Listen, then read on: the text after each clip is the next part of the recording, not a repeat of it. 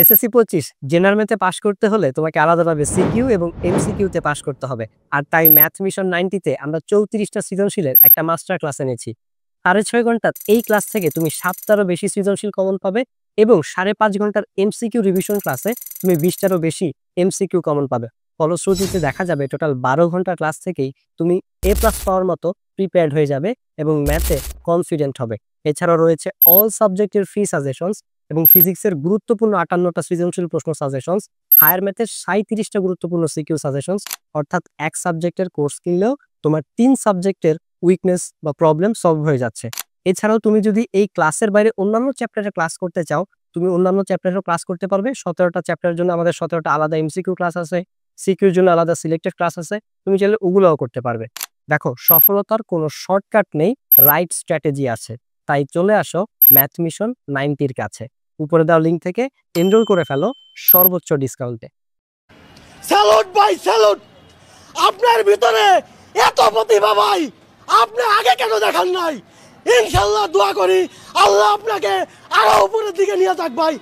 আচ্ছা, যাদের প্রশ্ন যে এখন হচ্ছে গিয়ে কোর্স কিনে কোর্স কমপ্লিট করতে পারবো কিনা বা আমরা আসলে কতটুকু উপকৃত হব, সো জেনারেল ম্যাথের জন্য আমরা এখানে 34টা সৃজনশীল দাগায় দিয়েছি। মোস্ট ইম্পর্টেন্ট, এখান থেকে ওদের 7টা কমন আসার কথা বা তারও বেশি কমন আসবে ইনশাল্লাহ। প্রশ্ন যদি কঠিন হয় বা খুব বেশি ঘুরায়, মিনিমাম 5-6টাও এখান থেকে কমন পেয়ে যাবে।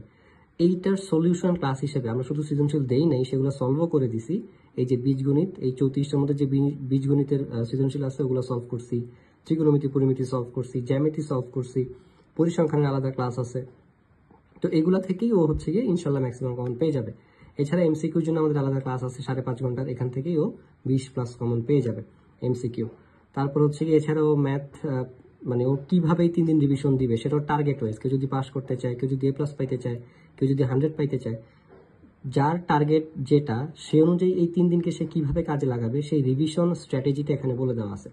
এছাড়া আমরা টেস্ট পেপারের কোনগুলো করতে হবে এবং ম্যাথ মানে মেইন বই থেকে কিছু পড়তে হবে কিনা, কিভাবে পড়বে, কোনগুলো পড়বে, ওগুলো এখানে দিয়ে দেওয়া আছে।